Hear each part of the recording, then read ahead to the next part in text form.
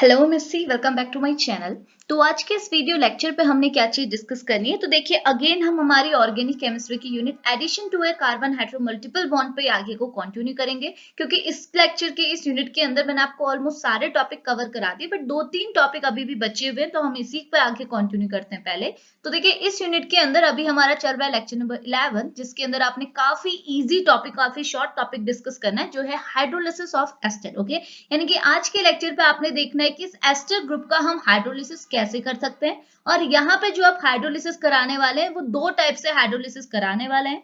पहला जो हाइड्रोलिसिस कराएंगे वहां पे जो आप कैटलिस्ट लेंगे, जिसकी प्रेजेंस में आप हाइड्रोलिसिस कराते हैं, वो होगा आपका एसिड। और दूसरी बारी में जो आप एस्टर का हाइड्रोलिसिस कराएंगे उसमें जो आप कैटलिस्ट यूज करेंगे वो होगा बेस। यानी कि आपने यहाँ पर को एसिड एंड बेस की प्रेजेंस में आके एस्टर का हाइड्रोलिसिस शो कराना है। ओके, अब होता क्या है, जनरली अगर आप एसिड की प्रेजेंस में एस्टर का हाइड्रोलिसिस कराएंगे तो आपको अलग प्रोडक्ट ऑब्टेन होगा, और बेस की प्रेजेंस में अगर आप एस्टर का हाइड्रोलिसिस कराएंगे तो आपको अलग प्रोडक्ट ऑब्टेन होगा। ओके, तो ये दोनों टाइप से कैसे आप एस्टर का हाइड्रोलिसिस करा सकते हैं, यही चीज आज के लेक्चर पे हमने डिस्कस करनी है। इसकी मैकेनिज्म वगैरह, कैरेक्टरिस्टिक, सारी चीजें हम डिस्कस करेंगे। काफी आसान लेक्चर है, आप सुनते रहिएगा, आपको क्लियर हो जाएगा। ओके, तो फर्स्टली मैं आपको बेसिक पे लेके चलती हूँ। तो सबसे पहले जानना ये जरूरी है कि आप एस्टर का हाइड्रोलिसिस तो करा रहे हैं, बट पहले बताइए कि हाइड्रोलिसिस मतलब होता क्या है। ठीक है, तो यहाँ पे मैंने सारी चीजें लिखी हैं, ये आपको नोट्स में प्रोवाइड कराती हूँ। तो अभी जस्ट मैं एक्सप्लेन कर देती हूँ हाइड्रोलिसिस मतलब क्या हुआ। ठीक है, तो देखो ना, यहाँ पे आप नाम से बहुत कुछ समझ पा रहे होंगे, हाइड्रोलिसिस। ओके, तो हाइड्रो मीन्स क्या होता है, आपको पता है हाइड्रो मीन्स होता है वाटर। ओके, हाइड्रो मीन्स क्या हुआ, वाटर। एंड लाइसिस मीन्स क्या होता है, ब्रेक डाउन। ठीक है, तो वाटर की प्रेजेंस में ब्रेक डाउन, यही तो बोल सकते हैं हम लोग। Hydro means water, lysis means break down. तो हाइड्रोलिसिस मतलब वाटर की प्रेजेंस में ब्रेक डाउन। तो अगर हमारे पास हाइड्रोलिसिस को हम ऐसे एक्सप्लेन कर सकते हैं कि अगर हमको कोई ऑर्गेनिक कंपाउंड दिया हुआ है, जैसे यहाँ पर को हमें एस्टर दिया हुआ है। ठीक है, तो अगर मैंने एस्टर के कोई भी बॉन्ड को क्लीव कराना है, या फिर एस्टर के अंदर क्लीवेज दिखानी है, एस्टर के अंदर ब्रेक डाउन कराना है, किसकी प्रेजेंस में आके, वाटर की प्रेजेंस में आके, तो इस प्रोसेस को, इस टाइप की रिएक्शन को हम क्या टर्म देते हैं, hydrolysis. Hydro means water, lysis मतलब ब्रेक डाउन होना, यानी कि वाटर की प्रेजेंस में आके ब्रेक डाउन होना किसी भी ऑर्गेनिक कंपाउंड का, ये प्रोसेस कहलाती है हाइड्रोलिसिस। ओके, तो यहाँ पे मैंने थ्योरी भी लिखी हुई है, थ्योरी के साथ साथ आप पढ़ते रहिएगा। तो हाइड्रोलिसिस मींस क्या हुआ, ये बोल रहा है the breakdown of a organic compound in the presence of water molecule, this is known as a hydrolysis. तो वाटर मॉलिक्यूल की प्रेजेंस में आके अगर कोई ऑर्गेनिक कंपाउंड में ब्रेक डाउन हुआ, क्लीवेज हुई, तो इस टाइप की प्रोसेस को हम क्या टर्म देंगे, हाइड्रोलिसिस का। ओके, तो यहाँ भी आपने इस एस्टर ग्रुप का हाइड्रोलिसिस कराना है, यानी कि एस्टर ग्रुप को वाटर की प्रेजेंस में लेना है और उसमें क्या कराना है, क्लीवेज कराना है। इतनी चीज क्लियर आई। अब किसकी प्रेजेंस में कराना है, कैसे होगा, वो हम आगे डिस्कस करेंगे। तो इसके बाद जो नेक्स्ट चीज मुझे आपको एक्सप्लेन करनी है वो है एस्टर ग्रुप। ओके, अब आपने हाइड्रोलिसिस तो समझ गए, अब आपने समझना है कि एस्टर ग्रुप क्या होता है, ये चीज भी आपको क्लियर होनी चाहिए। ठीक है, तो यहाँ पे क्या लिखा हुआ है थ्योरी पे, ये बोल रहा है एस्टर क्या है, एस्टर एक टाइप का केमिकल कंपाउंड है, एक टाइप का आप इसे फंक्शनल ग्रुप भी कंसीडर कर सकते हैं, जिसको मैं अगर रिप्रेजेंट करूं तो मैं कैसे लिखूंगी, R C double bond O, O R, ये हुआ मेरा एस्टर ग्रुप। और यहाँ पे जो मैंने आर आर लगाया, left hand side and right hand side जो मैंने आर आर लगाया, ये आपके सेम भी हो सकते हैं, यानी कि R is equal to R भी हो सकता है, और R is not equal to R भी हो सकता है, यानी कि ये दोनों सेम भी हो सकते हैं, डिफरेंट भी हो सकता है। इतनी चीज क्लियर आई। ये ग्रुप होता है एस्टर ग्रुप। ओके, और आपको क्या बोला गया है कि ये जो एस्टर ग्रुप है ये जनरली डिराइव्ड कहाँ से होता है, अगर आप इसका मतलब ये देखेंगे कि कहाँ से डिराइव्ड हुआ है, तो जनरली जो आपके एस्टर ग्रुप होते हैं वो ऑर्गेनिक और इनऑर्गेनिक एसिड से डिराइव्ड होते हैं। तो अगर मैं एसिड को लिखूं तो मैं एसिड को कैसे लिख सकती हूँ, देखिएगा, एसिड को मैं ऐसे लिख सकती हूँ आर सी डबल बॉन्ड, और यहाँ पे लिख सकती हूँ ओ एच। तो देखो एस्टर एंड एसिड में आपको एक ही डिफरेंस देखने को मिलेगा। डिफरेंस क्या, देखो दोनों के पास क्या है, कार्बोनाइल ग्रुप है, ये देखो C double bond O group इसके पास भी है, C double bond O group इसके पास भी है। ओके, अब इसके लेफ्ट हैंड साइड में क्या है, आर ग्रुप है, इसके लेफ्ट हैंड साइड में भी आप कोई भी आर ग्रुप पुट कर सकते हैं। लेकिन राइट हैंड साइड पे अगर आप देखेंगे तो एस्टर के केस में आपको कौन सा ग्रुप देखने को मिल रहा है, ओ आर ग्रुप, यानी कि एल्कोक्सी ग्रुप। लेकिन आप एसिड के केस में देखेंगे तो आपको कौन सा ग्रुप देखने को मिल रहा है, हाइड्रोक्सी ग्रुप। तो अगर आप एसिड में हाइड्रोक्सी ग्रुप को किससे रिप्लेस करना है, एल्कोक्सी ग्रुप से।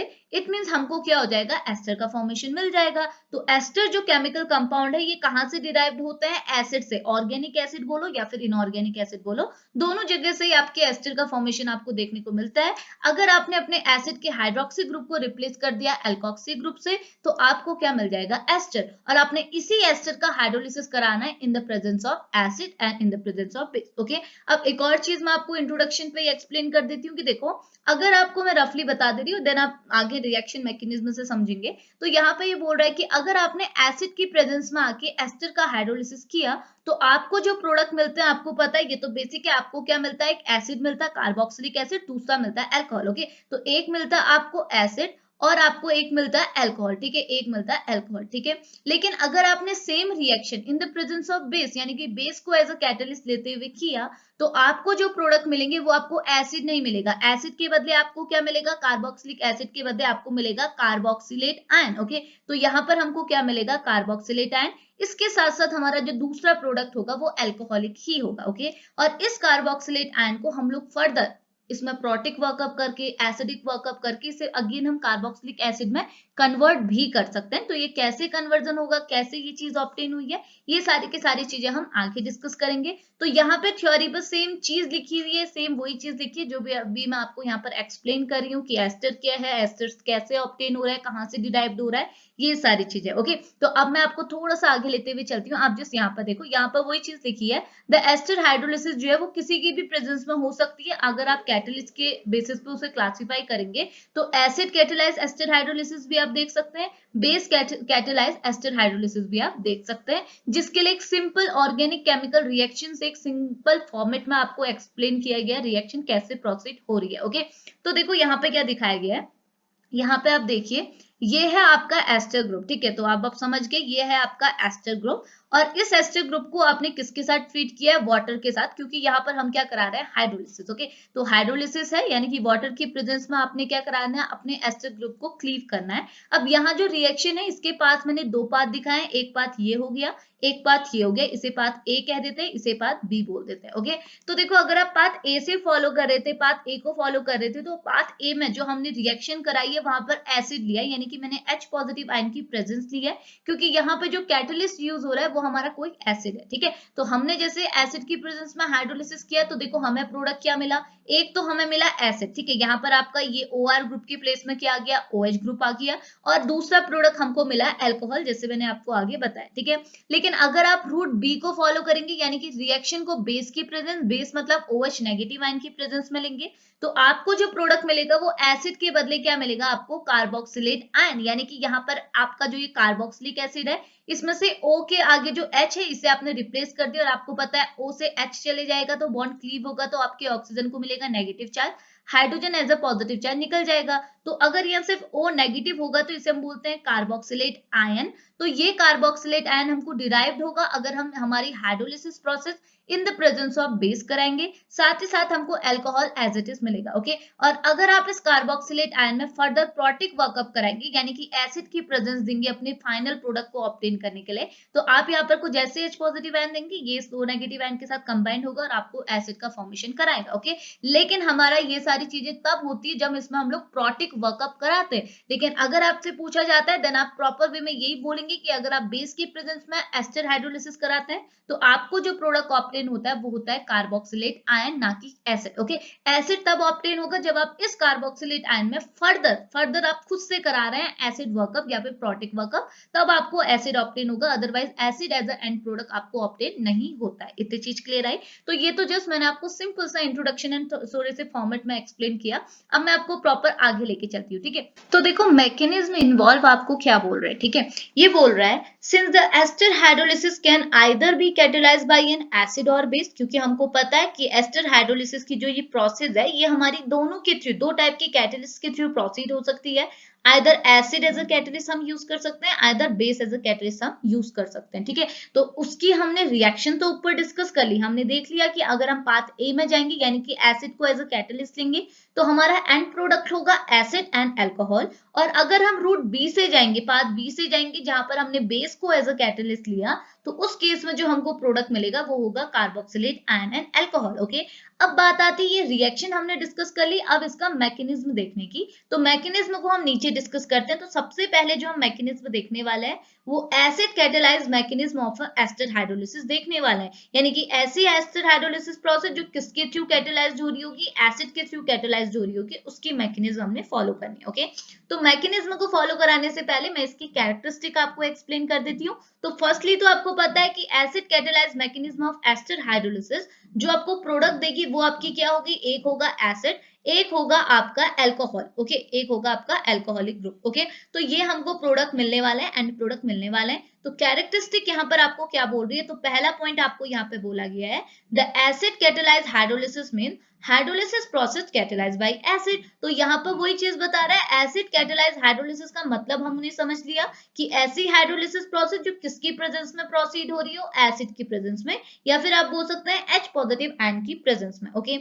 अगला पॉइंट क्या बोल रहा है, ये बोल रहा है the mechanism for the acid catalyse ester hydrolysis is a case of less reactive system type. ये बोल रहा है जो आपका ये एसिड कैटालाइज एस्टर हाइड्रोलिसिस है, ये एक टाइप की लेस रिएक्टिव सिस्टम टाइप है। Less reactive system type means ऐसा सिस्टम है, ऐसी रिएक्शन है जो कि लेस रिएक्टिव है, यानी कि आसानी से रिएक्ट नहीं हो सकती, रिएक्ट होगी बट लेस रिएक्टिव है, बहुत स्लोली रिएक्ट होगी, ओके। और आपको पता है अगर कोई रिएक्शन बहुत स्लोली रिएक्ट हो रही, इट मींस वो रिएक्शन का रेट क्या होगा, काफी स्लो होगा, काफी लो होगा, रिएक्शन बहुत धीरे धीरे प्रोसीड करेगी। तो वही चीज आगे यहाँ पर ऐड की हुई है। ये बोल रहा है generally the reactions are very slow, ये रिएक्शंस आपकी बहुत स्लो होती है। इसका रीजन आपको पता चल गया, रिएक्शन स्लो क्यों होती है, क्योंकि इस टाइप के रिएक्शन का अगर आप रिएक्टिविटी चेक करेंगे तो आपको पता चलेगी इसकी रिएक्टिविटी काफी कम है। अगर रिएक्टिविटी कम है तो रिएक्शन करने में टाइम लगेगा, और अगर रिएक्शन करने में टाइम लगेगा तो रिएक्शन काफी स्लो बन जाएगी, इसका काइनेटिक्स काफी लो हो जाएगा, मतलब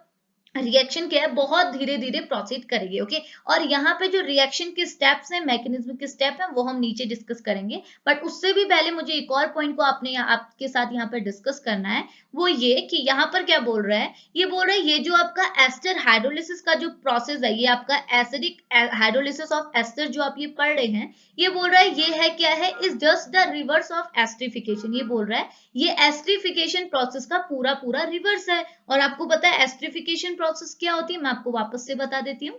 एस्ट्रिफिकेशन प्रोसेस मींस ऐसी प्रोसेस जिसमें आप एस्टर का फॉर्मेशन करते हैं, ओके। तो हमने क्या करना है, एस्टर का फॉर्मेशन करना है। अगर मैं आपको एस्ट्रिफिकेशन की बात कराऊं, ये यहाँ पर एज अ प्रोडक्ट की तरह बिहेव कर रहा है, ठीक है। तो अगर आप एस्ट्रिफिकेशन में देखेंगे, जब आप एस्टर का फॉर्मेशन करते हैं तो उस केस में जो आप रिएक्टेंट मॉलिक्यूल लेते हैं, रिएक्टेंट मॉलिक्यूल यहाँ पे आपका एक एसिड होता है, एक होता है आपका अल्कोहल, ओके। और इस रिएक्शन को प्रोसीड किया जाता है जैसे इसने यहाँ पर लिखा है, where the ester is heated with the large amount of water. यहाँ पर क्या है, आपको क्या है, बहुत ज्यादा अमाउंट में वाटर चाहिए, एक्सेस ऑफ वाटर चाहिए, वाटर एक्सेस चाहिए। साथ ही साथ यहाँ पर को जो आप कैटलिस्ट यूज करते हैं वो एक स्ट्रॉन्ग एसिड को एज अ कैटलिस्ट यूज करते हैं, यानी कि यहाँ पे भी अपने H पॉजिटिव आयन की प्रेजेंस चाहिए। और रिएक्टेंट मॉलिक्यूल जो आप यूज करते हैं वो होता है आपका एक कार्बोक्सिलिक एसिड, एक होता है आपका अल्कोहल। तो ये जो प्रोसेस यहाँ पर प्रोसीड होती है, जब आप एसिड को अल्कोहल के साथ ट्रीट करेंगे in the presence of excess of water and acid as a catalyst, तो आपको जो प्रोडक्ट मिलता है वो होता है एस्टर। और ये जो प्रोसेस होती है इसे बोलते हैं एस्ट्रिफिकेशन, ओके।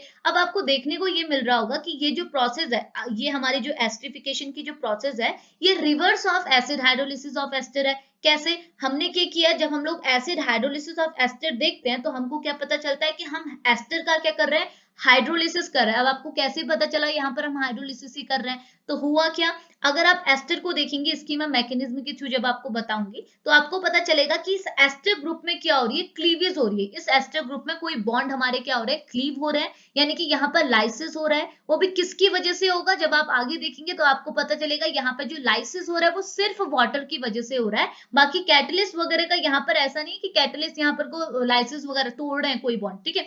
तो लाइसिस का कोई मतलब एसिड का यहाँ पे कोई भी ऐसा रोल नहीं होता। यहाँ पे जो हमारा लाइसिस होता है एसिटिक ग्रुप में, जो ब्रेक डाउन होता है वो सिर्फ किसकी वजह से होता है, वाटर मॉलिक्यूल की वजह से होता है। और जैसे आप एस्टर में ब्रेक डाउन करेंगे, एस्टर किस में क्लीव हो जाएगा, अल्कोहल और एसिड में क्लीव हो जाएगा। तो ये प्रोसेस अगर आप फॉरवर्ड डायरेक्शन में देखेंगे तो एस्टरिफिकेशन लगेगी, बैकवर्ड डायरेक्शन में देखेंगे तो एस्टर हाइड्रोलिसिस लगेगा इन द प्रेजेंस ऑफ एसिड, क्योंकि यहाँ पर हम लोग H पॉजिटिव आयन की प्रेजेंस भी ले रहे हैं, ठीक है। तो ये जो प्रोसेस है, इसलिए हम बोल सकते हैं कि एसिड हाइड्रोलिसिस ऑफ एस्टर क्या है, रिवर्स ऑफ एस्टरिफिकेशन है। इतनी चीज क्लियर आई। एक और पॉइंट इसने यहाँ पर ऐड किया हुआ है, वो पॉइंट आपको क्या बोल रहा है, ये बोल रहा है also the acid hydrolysis, acid ester hydrolysis is a reverse process. और आपको पता होना चाहिए कि ये जो एस्टर हाइड्रोलिसिस की जो आप ऊपर प्रोसेस पढ़ रहे हैं इन द प्रेजेंस ऑफ एसिड, ये प्रोसेस आपके रिवर्सिबल है, यानी कि ये जो प्रोसेस है ये फॉरवर्ड डायरेक्शन में भी प्रोसीड कर सकती है, बैकवर्ड डायरेक्शन में भी प्रोसीड कर सकती है।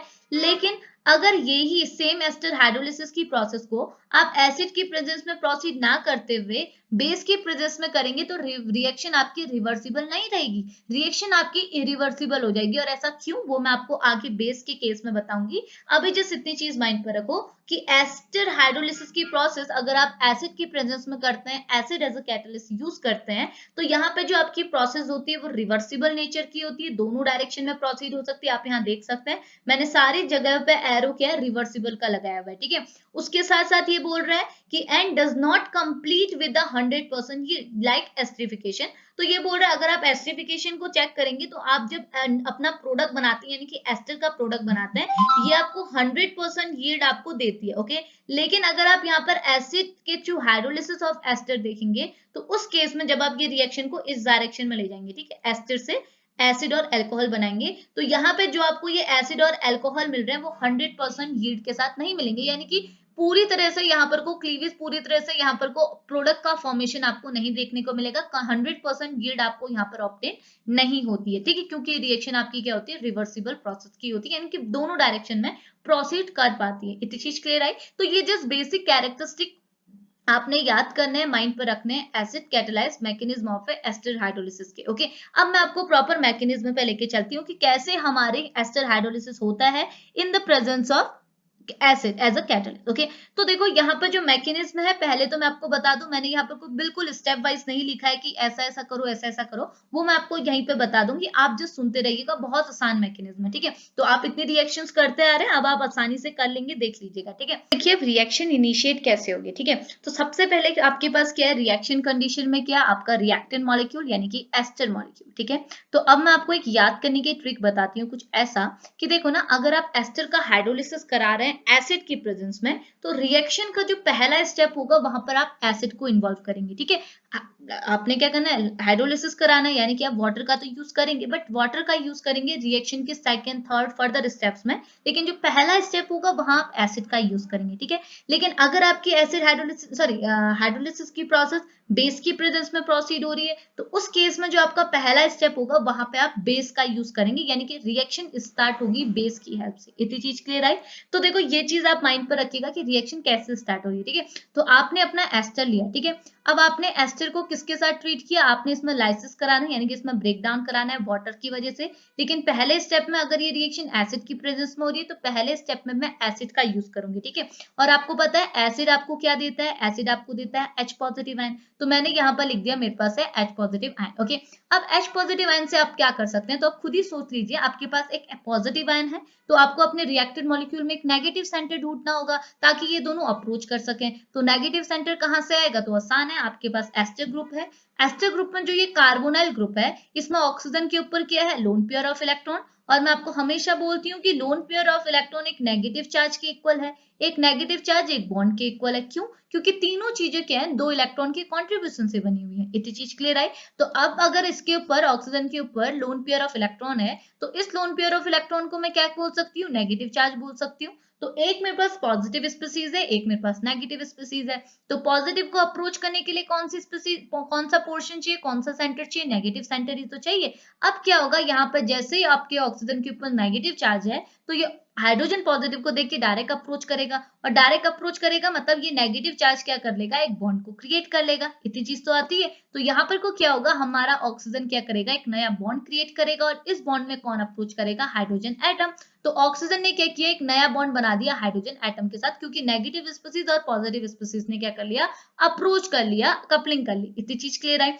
अब क्या हुआ देखो, बॉन्ड तो बन गया, बट बॉन्ड बनने के बाद आपका जो ये ऑक्सीजन है इसके ऊपर कौन सा चार्ज आ जाएगा, पॉजिटिव चार्ज। क्यों आ जाएगा, क्योंकि देखो ना, ऑक्सीजन के पास पहले 2 इलेक्ट्रॉन थे, ठीक है, यहाँ पे आपके पास 2 इलेक्ट्रॉन थे, और उन 2 इलेक्ट्रॉन को ऑक्सीजन ने किस में कन्वर्ट कर दिया, एक बॉन्ड में कन्वर्ट कर दिया। अब जैसे ही ये 2 इलेक्ट्रॉन बॉन्ड में कन्वर्ट हुए, तो आपके ऑक्सीजन के पास अब सिर्फ एक इलेक्ट्रॉन रह गया, क्योंकि दूसरा इलेक्ट्रॉन तो कौन ले गया, हाइड्रोजन, तभी तो हाइड्रोजन के ऊपर से पॉजिटिव चार्ज गया। तो इसका मतलब क्या हुआ कि यहाँ पर को ऑक्सीजन के पास एक इलेक्ट्रॉन की डेफिशिएंसी है, वो इलेक्ट्रॉन जो हाइड्रोजन ले गया, जिस वजह से ऑक्सीजन को कौन सा चार्ज मिल जाएगा, पॉजिटिव चार्ज मिल जाएगा। तो ऐसे स्पीसीज हमको यहाँ पे ऑब्टेन होगी, जैसे आपका एसिडिक प्रोटॉन आपके रिएक्टेंट यानी कि एस्टर मॉलिक्यूल के कांटेक्ट में आएगा, उससे कपल करेगा, उससे रिएक्ट करेगा, तो हमको ये स्पीसीज ऑब्टेन हो जाएगी। इतनी चीज क्लियर है, आसान था। अब देखो, अब आपके ऑक्सीजन के ऊपर सिर्फ एक लोन पेयर ऑफ इलेक्ट्रॉन बचा हुआ है, ये चीज माइंड पर रखिएगा। इतनी चीज क्लियर है ना।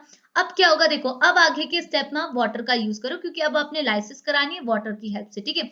अब क्या होगा देखो, अब आपकी ये जो स्पीसीज बनी, अभी मैं इसको जब रिएक्शन खत्म सॉरी मैकेनिज्म जो मैं फिनिश करा दूंगी, उसके बाद मैं बताऊंगी कि किस स्टेप को आप क्या बोलेंगे, ठीक है, आपको लिखने के लिए। तो इतनी चीज सुनिएगा, ठीक है। अब यहाँ पे को क्या हुआ, अब आप देखिए आपके ऑक्सीजन को मिल गया पॉजिटिव चार्ज। अब आप बताइए, क्या आपके ऑक्सीजन के ऊपर पॉजिटिव चार्ज रह सकता है, बिल्कुल नहीं रह सकता। क्यों, क्योंकि ऑक्सीजन तो एक नेगेटिव स्पीसीज है, ऑक्सीजन के ऊपर नेगेटिव चार्ज रह जाएगा, लेकिन ऑक्सीजन के ऊपर पॉजिटिव चार्ज कभी भी एग्जिस्ट नहीं करता। तो ऑक्सीजन बेचारे को थोड़ा बेकार सा लगेगा कि मेरे ऊपर पॉजिटिव चार्ज लगा दिया, अब मुझे इस पॉजिटिव चार्ज को जैसे तैसे बैलेंस करना है, ठीक है। तो ये से बैलेंस कैसे करेगा, ये क्या बोलेगा कि मेरे पास ये पाई बॉन्ड है, मुझे इस पाई बॉन्ड को क्लीव करना है, ठीक है। तो जैसे ही पाई बॉन्ड को क्लीव करेंगे, तो आपको पता है क्लीविस कैसी होगी, हेट्रोलाइटिक की तो होगी, क्योंकि रिएक्शन कंडीशन में कोई फोटोन्स रेडिएशन तो दी नहीं है।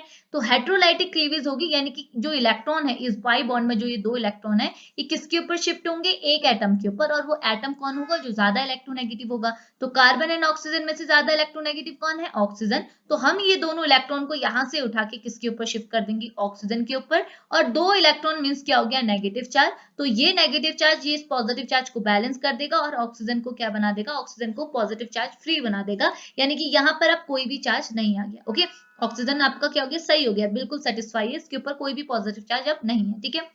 लेकिन इसके पास क्या है, एक लोन पेयर ऑफ इलेक्ट्रॉन अभी भी प्रेजेंट है, ये वाला, ठीक है।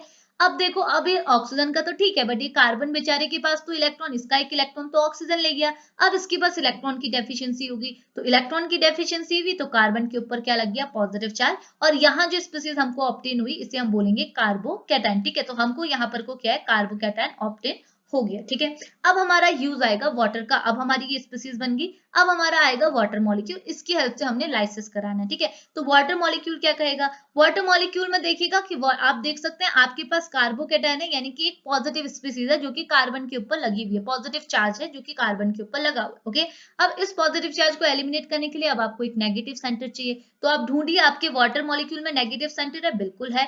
वाटर मॉलिक्यूल में जो ऑक्सीजन एटम है, इसके पास भी तो लोन पेयर ऑफ इलेक्ट्रॉन है, और लोन पेयर ऑफ इलेक्ट्रॉन को आप नेगेटिव चार्ज में कन्वर्ट कर सकते हैं। तो यहाँ नेगेटिव चार्ज, यहाँ पॉजिटिव चार्ज, तो अगेन ये दोनों क्या करेंगे, अप्रोच करेंगे, और इनके बीच में यानी कि ऑक्सीजन और हाइड्रो कार्बन के बीच में एक नया बॉन्ड लग जाएगा। तो देखो वो स्पीसीज मैंने नीचे लिख दी, कार्बन के बाकी ग्रुप एज इट इज है, देखो 3 वैलेंसी एज इट इज है, बट यहाँ पर जो पर्पल लाइन से मैंने कलर शो किया है, तो ये लाइन से क्या है, ऑक्सीजन ने अप्रोच किया कार्बन के साथ, और 2 हाइड्रोजन आपके एज इट इज है, यानी कि ये वाटर मॉलिक्यूल हो गया। ओके, लेकिन अब यहाँ पे ऑक्सीजन को अगेन पॉजिटिव चार्ज मिलेगा, क्यों, क्योंकि ऑक्सीजन ने अपने इलेक्ट्रॉन पेयर को किस में कन्वर्ट कर दिया, बॉन्ड में। तो एक इलेक्ट्रॉन तो ले गया कार्बन, तभी तो कार्बन सेटिस्फाई हुआ। तो अगर ऑक्सीजन का एक इलेक्ट्रॉन कार्बन ले गया, तो ऑक्सीजन के पास इलेक्ट्रॉन की डेफिशिएंसी, अगेन ऑक्सीजन के ऊपर क्या लग गया, पॉजिटिव चार्ज। ओके, अब आप क्या करेंगे, अब देखो, अब आप बोलेंगे कि ऑक्सीजन के ऊपर अगेन पॉजिटिव चार्ज है, ऑक्सीजन आपका नेगेटिव एलिमेंट होता है, तो इससे पॉजिटिव चार्ज को हटाना पड़ेगा। तो हटाएंगे कैसे, आप क्या कर सकते हैं, ऑक्सीजन की एक वैलेंसी मतलब हटा सकते हैं, यानी कि आप क्या कर सकते हैं, ऑक्सीजन और हाइड्रोजन के बीच का बॉन्ड क्लीव कर सकते हैं। तो अगर आपने इस बॉन्ड को क्लीव किया, तो आपको पता है इलेक्ट्रॉन किसकी ओर शिफ्ट होंगे, जो ज्यादा इलेक्ट्रोनेगेटिव है। तो ज्यादा इलेक्ट्रोनेगेटिव है ऑक्सीजन, तो ऑक्सीजन को मिलेगा negative charge, hydrogen as a positive charge यहाँ से निकल जाएगा, ठीक है। तो यहाँ पर को क्या हुआ, पॉजिटिव ने नेगेटिव चार्ज को बैलेंस किया, तो ये दोनों सेटिस्फाई हो गए, तो आपको ये स्पीसीज मिली, यानी कि कार्बन के बाद 2 हाइड्रोक्सी ग्रुप अब आपको यहाँ पे ऑब्टेन होगी। रिएक्शन कंडीशन में एज इट इज अब हमारा H पॉजिटिव आयन प्रेजेंट है। ओके, अब ये H पॉजिटिव आयन क्या करेगा, तो देखो ना ये H पॉजिटिव आयन क्या करेगा। अब आप देखो आपका जो ये रिएक्टेंट मॉलिक्यूल है, आपने इसमें भी छेड़छाड़ कर दी, इसमें भी छेड़छाड़ कर दी, अब ये ग्रुप भी बचा हुआ है। ठीक है, अभी भी आपके पास रिएक्शन कंडीशन में पॉजिटिव स्पीसीज है और रिएक्टेंट मॉलिक्यूल में नेगेटिव पोर्शन है। नेगेटिव पोर्शन का इनको छोड़िए, आप ये सोचिएगा इन दोनों का तो आपने अभी कर दिया, एक एक बार इनका यूज कर दिया, अब आप इनका यूज करते हैं। ठीक है, तो ये जो आपका OCH3 ग्रुप है,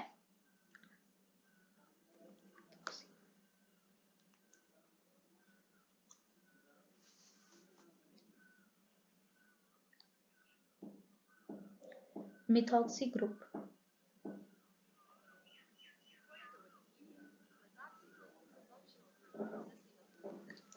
ये जो आपका मिथॉक्सी ग्रुप है, इसमें ऑक्सीजन के ऊपर क्या है, लोन पेयर ऑफ इलेक्ट्रॉन, इसको भी आप as a negative charge convert कर सकती हैं। तो जैसे ही आप इसे नेगेटिव चार्ज में कन्वर्ट करेंगे तो ये अप्रोच करेगा पॉजिटिव चार्ज से, और अप्रोच करेगा मतलब एक नया बॉन्ड क्रिएट कर देगा। तो नया बॉन्ड, तो आपको ये चीज तो समझ में आती है ना, देखो यहाँ पर 2 इलेक्ट्रॉन थे, ये इसे बॉन्ड में कन्वर्ट कर देगा, ये बॉन्ड बना। इस बॉन्ड में क्या होगा, ये जो बॉन्ड बनेगा वो 2 एटम के बीच में बनेगा, यानी कि ये अपना एक इलेक्ट्रॉन हाइड्रोजन को दे देगा, जिसकी वजह से हाइड्रोजन का चार्ज सेटिस्फाई हो जाएगा। लेकिन ऑक्सीजन के ऊपर इलेक्ट्रॉन की डेफिशिएंसी, क्योंकि इसका इलेक्ट्रॉन ले गया हाइड्रोजन, तो ऑक्सीजन के ऊपर क्या लग जाएगा, पॉजिटिव चार्ज। तो देखो ये स्पीसीज मैंने नीचे लिखी हुई है, तो देखो बाकी ग्रुप एज इट इज है। यहाँ पर आपका मिथॉक्सी जो था उसके ऊपर OCH3 के साथ ऑक्सीजन के ऊपर क्या लग गया, हाइड्रोजन एटम। इतनी चीज क्लियर है, और ऑक्सीजन को एक पॉजिटिव चार्ज मिल गया। अब अगेन ऑक्सीजन के ऊपर पॉजिटिव चार्ज, अब आपको इसको बैलेंस करना होगा। आप कैसे करेंगे, अब आप यहाँ पर कुछ सारी चीजें खत्म कर देंगे। आप बोलेंगे कि मैं ऐसा करता हूँ कि यहाँ पर ये वाला जो हाइड्रोक्सी ग्रुप था, इसके पास lone pair of electron as it is थे, एक इलेक्ट्रॉन पेयर देखो एज इट इज था। अब आप क्या बोलेंगे, इस लोन पेयर ऑफ इलेक्ट्रॉन को हम जो ऑक्सीजन एटम है इसे पाई बॉन्ड में कन्वर्ट करता है, बॉन्ड में तो कन्वर्ट कर ही सकता है। तो ये दोनों इलेक्ट्रॉन को ये उठाएगा और बोलेगा कि एक इलेक्ट्रॉन मैं रख रहा हूँ, एक इलेक्ट्रॉन तुम रखो, और हम इसे बॉन्ड में कन्वर्ट कर देते हैं। और जैसे यहाँ पर बॉन्ड में कन्वर्ट होगा तो ऑक्सीजन के ऊपर इलेक्ट्रॉन की डेफिशिएंसी, क्योंकि इसने एक इलेक्ट्रॉन कार्बन को दे दिया, और कार्बन को जैसे एक एक्स्ट्रा इलेक्ट्रॉन मिला, कार्बन की वैलेंसी भी सेटिस्फाई नहीं होगी।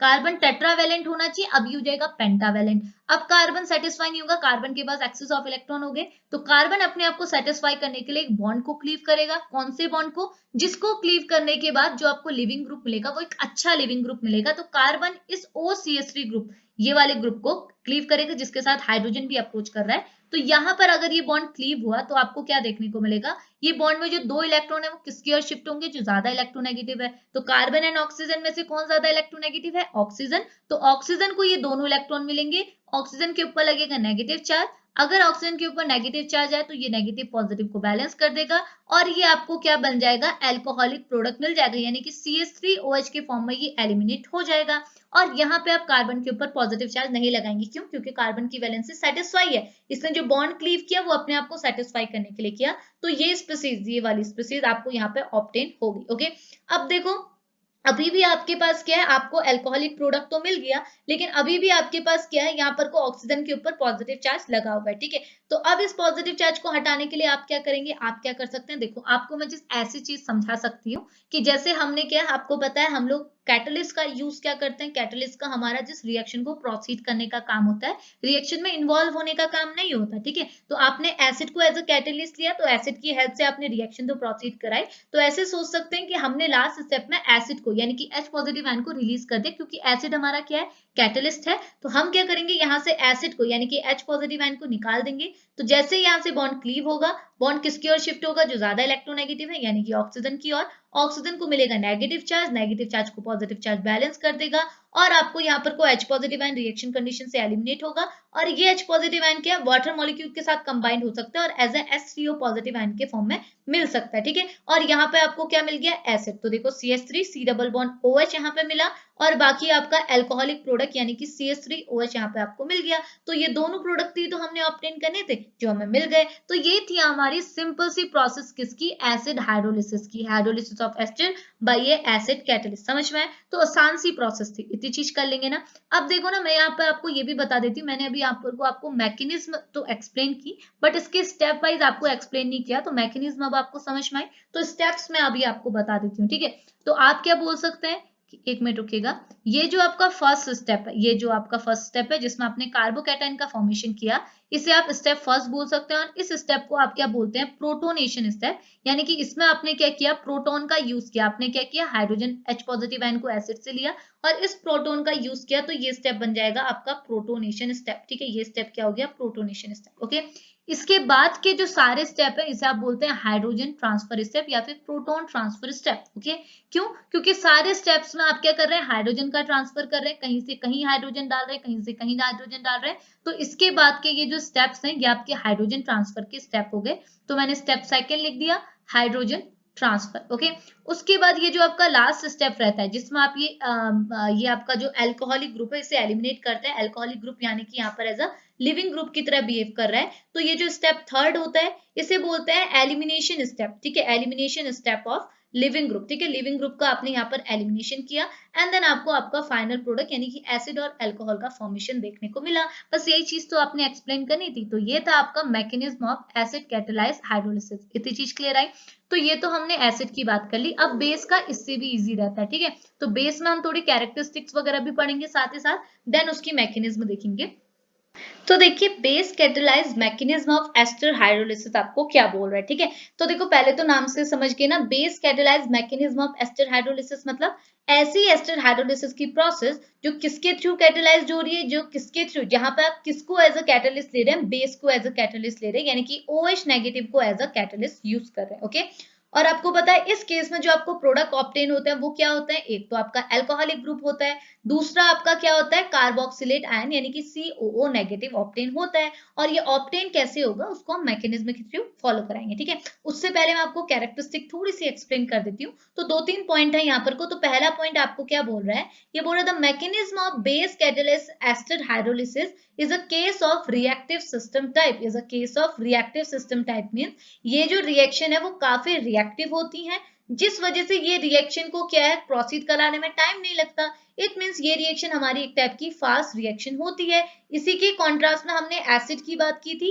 एसिड के केस में जो सिस्टम होता है वो एक टाइप का लेस रिएक्टिव टाइप होता है। लेस रिएक्टिव टाइप मीन्स उस टाइप के सिस्टम को रिएक्ट कराना थोड़ा डिफिकल्ट होता है, रिएक्शन को कराने में थोड़ा टाइम लगता है, जिस वजह से वो रिएक्शन हमारी स्लो रिएक्शन थी। लेकिन यहाँ पे उसी का उल्टा, यानी कि ये रिएक्शन आपकी एक टाइप की फास्ट रिएक्शंस होती है। ओके, दूसरी चीज ये कि ये जो आपकी बेस कैटालाइज रिएक्शन जो आप यहाँ पर को पढ़ने वाले हैं, ये रिएक्शन आपकी इरिवर्सिबल होती है, यानी कि ये रिएक्शन आपकी दोनों डायरेक्शन में प्रोसीड नहीं होती है। अब क्यों प्रोसीड नहीं होती उसका रीजन मैं आपको एंड में बताऊंगी, जब आपको ये पता चलेगा कि यहाँ पे आपने कार्बोक्सिलेट आयन का फॉर्मेशन कैसे किया। ठीक है, उसके बाद हम पता करेंगे। ठीक है, एक और चीज, तीसरी चीज ये कि जैसे हमने आगे एसिड के केस में पढ़ा था कि एसिड हाइड्रोलिसिस की जो ये प्रोसेस है, एसिड कैटालाइज एस्टर हाइड्रोलिसिस की जो ये प्रोसेस है वो आपकी क्या थी, रिवर्स ऑफ एस्टरिफिकेशन थी। सिमिलरली यहाँ पर एक और पॉइंट ऐड किया हुआ है कि ये बोल रहा है जो बेस कैटालाइज एस्टर हाइड्रोलिसिस है ये किसी के सिमिलर है, सोपनिफिकेशन के सिमिलर है, रिवर्स नहीं है, सोपनिफिकेशन के सिमिलर है। यानी कि सोपनिफिकेशन मतलब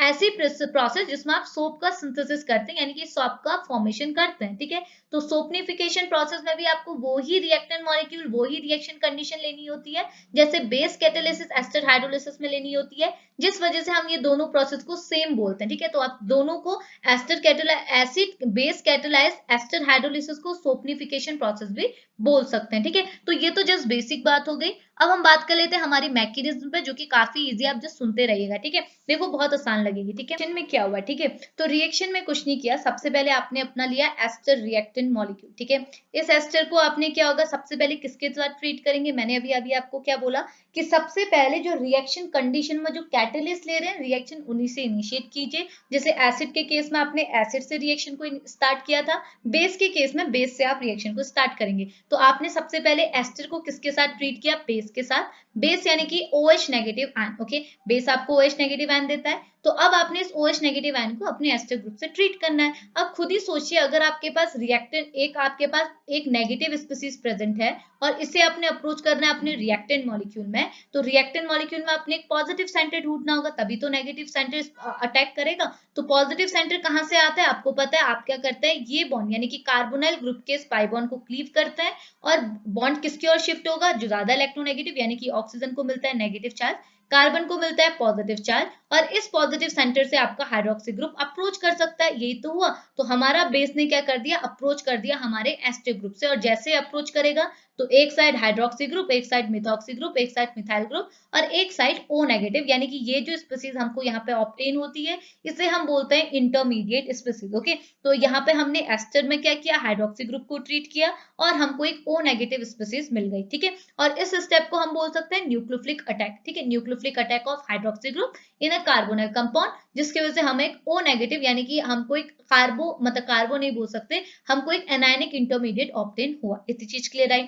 अब देखो, अब आपको क्या करना है, अब आपको पता है रिएक्शन में आपको अल्कोहल चाहिए। अल्कोहल मतलब जैसे आपने एसिड में किया था CH3OH, यहाँ पर हमने ये CH3 लिया है, तो हमने क्या है यहाँ से इस लिविंग ग्रुप को यानी कि OCH3 यानी कि मिथॉक्सी ग्रुप को अब एलिमिनेट करना है। तो एलिमिनेट करने के लिए हम क्या कर सकते हैं, यहाँ से आपका जो ऑक्सीजन के ऊपर नेगेटिव चार्ज है आप इसे बॉन्ड में भी तो कन्वर्ट कर सकते हैं, तो ऑक्सीजन इसे बॉन्ड में कन्वर्ट करेगा। जैसे ही इसे बॉन्ड में कन्वर्ट करेगा तो कार्बन की वैलेंस इंक्रीज हो जाएगी, कार्बन बन जाएगा पेंटावेलेंट, तो पेंटावेलेंट से टेट्रावेलेंट को शिफ्ट करने के लिए इसे कौन सा बॉन्ड क्लीव करना होगा, मिथॉक्सी का, क्योंकि मिथॉक्सी एक अच्छे लिविंग ग्रुप की तरह बिहेव कर सकता है। तो यहाँ से जैसे ही आप बॉन्ड को क्लीव करेंगे तो आपका क्या होगा, मिथॉक्सी ग्रुप रिएक्शन कंडीशन से एलिमिनेट होगा और बॉन्ड किसकी ओर क्लीव होगा, ऑक्सीजन की ओर, तो ऑक्सीजन को मिलेगा नेगेटिव चार्ज, बट कार्बन को यहाँ पे पॉजिटिव चार्ज नहीं मिलेगा क्योंकि कार्बन की वैलेंसी सेटिस्फाई है, तो रिएक्शन कंडीशन में आपको OCH3 यहाँ पे मिल गया। ठीक है, अब देखो अब क्या हुआ, अब आपको देखने को मिलेगा कि यहाँ पे आपके पास क्या है, एसिड का फॉर्मेशन हुआ, CH3 डबल बॉन्ड OH यानी कि कार्बोक्सिलिक एसिड का फॉर्मेशन हुआ है। ओके,